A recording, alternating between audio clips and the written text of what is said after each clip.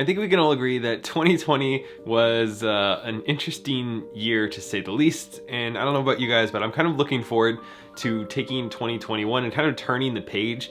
So while I'm not generally a big fan of New Year's resolutions, I think that this year could be one of those years where it might be a good thing to kind of look at what we want to change in 2021, how we want to get out of some of these ruts and really make some improvements and get our lives back on track. If you guys are new to my channel, usually I talk about minimalism, saving money, and just like living better, building habits, that type of stuff. So if that's something that interests you guys, don't forget to subscribe. Number one is to get back into those habits and those routines that you got out of in 2020. So a lot of us, our lives were messed up. We no longer went to work, like our schedules changed. A lot of bad stuff happened. I think it's really important to kind of get back into those healthy routines. You might not be, working out like you were. You might be eating worse or, spending more time watching TV. A lot of bad things have happened. A lot of bad habits have really started over the past year. So I think it's super important to kind of look back at what are those things that you wish you were doing again, and kind of make a decisive effort to get back into those things that were really good, were really healthy for you. Maybe do a 30-day challenge of getting back into that habit, really kickstarting that habit again. Do a no spend month or 3, especially around the holidays. It's very easy to overspend. So it might be a really good idea to take some time, whether it's a month, 2 months, 3 months, a year, and try to see how little you can buy, almost gamify it, and see how little you can buy that is not a necessity, that's not groceries or clothes that you need to survive, and try to cut out everything else, cut out all the Amazon and everything else that you can, so you can really just get back to not trying to gain happiness out of these little, sugar highs of buying things. Start journaling and setting short-term goals. So this one actually works out good because the sponsors of today's video, it's a journal that I've been using for a while. It's a Finisher's journal, and it's really cool. I really like it because it sets out the 90-day goals. I've never really done 90-day goals before, actually. So this has been really cool for me, and it sets it out into something that is measurable, specific, attainable, relevant, and timely. It's these SMART goals. You have your primary goal and your secondary goals. For me personally, I can't have a bunch of goals going on. It's very important for me to have one goal that I'm focused on, and then maybe 2, but never any more than that, and just try to simplify as much as I can so I don't have a bunch of different things going on. I can just focus on what I really want to achieve, and then writing that down, keeping track of it, taking time to write down your thoughts and little things that you've learned from the day has been a great step for me. And then also setting rewards for if you do attain that goal, something that will intrigue you enough to really give you that little bit of motivation that you might need. So if you guys are trying to build some goals or some habits in the next 90 days, this is a great little tool that I've been using. I've been really enjoying it, so I would recommend it to you guys. There is a link down below if you guys want to check that out with an exclusive discount code just for you guys. Let's get on with the video.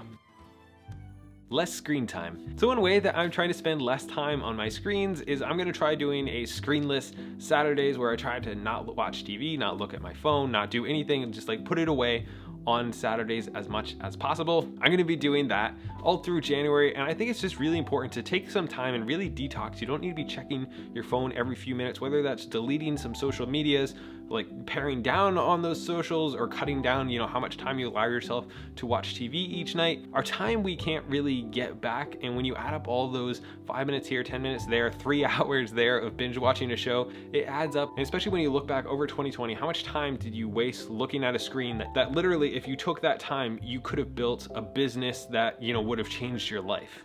Use the 2-minute rule. So I've done a whole video on the 2-minute rule, which I would recommend checking out. It was pretty good, if I do say so myself. But it's pretty much just the idea of if it can be done in under 2 minutes, you just get it done right away, so you don't have to worry about it, you don't have to think about it. So whether that's doing the dishes and just always having the dishes done, because generally most household tasks take actually less than 2 minutes to do, or if it's your habit of going to the gym or whatever, then you break that first bit of the habit down to putting on your workout clothes, going out, sitting in the car. If you go to the gym or not doesn't really matter. All you're committing to is that first 2 minutes of the habit. So if you can take 2 minutes to make coffee and not 2 minutes to make tea, that is very important. I cannot believe how many tea drinkers there are. Are there any coffee drinkers in the audience? Can we have a vote down in the comments? Coffee, I don't know how you can do votes, but are you a coffee drinker or a tea drinker? Because all I'm hearing from is the tea drinkers right now, and I'm feeling alone on an island by myself. There's alligators. I don't know how. Salt water.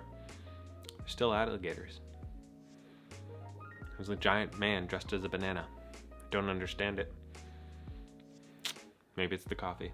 Book a trip or a class. In 2020, for me at least, I didn't get to do a lot of the things I wanted to do. I wanted to travel more, I wanted to do and experience more stuff, and I didn't get to do a lot of that. So in 2021, I'm specifically making an effort to make sure that I go away at least one weekend per month and then try to take some longer trips out of the country, along with signing up for some classes and experiencing some new things. Because I don't want to be stuck in the rut of, you know, never doing anything because of everything that's going on right now. I want to make sure that I'm still trying to do some stuff, even if it's not traveling all that far. It's just exploring your state a little bit more in the outdoors and hiking or doing whatever, just doing something more. I think that's really important for our mental health, at least it is for mine. Create one minimalist room. I think this is a great Kickstarter for minimalism if you're having trouble getting started or having motivation. If you can have one room that always looks immaculate and looks the way you want the rest of your house to look, it'll give you motivation. So if you just take a weekend or a day or half a day or whatever it takes to get that room the way you want it to be and then commit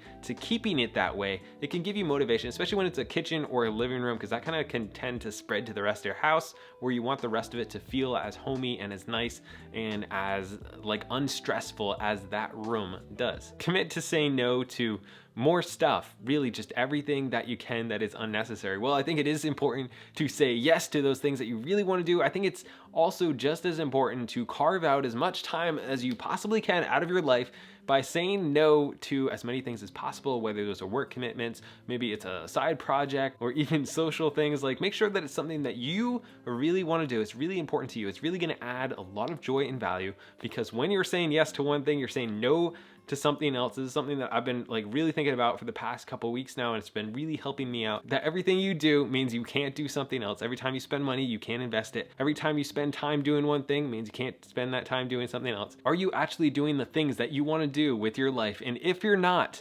what can you do like today to change that? What can you do to kind of cancel some appointments, cancel some commitments, and being really conscious about that? That's what I got, guys. Thank you for watching. If you enjoyed this video, don't forget to like and subscribe. Hit the little bell thingamajig, because it rings when I post new videos. It rings.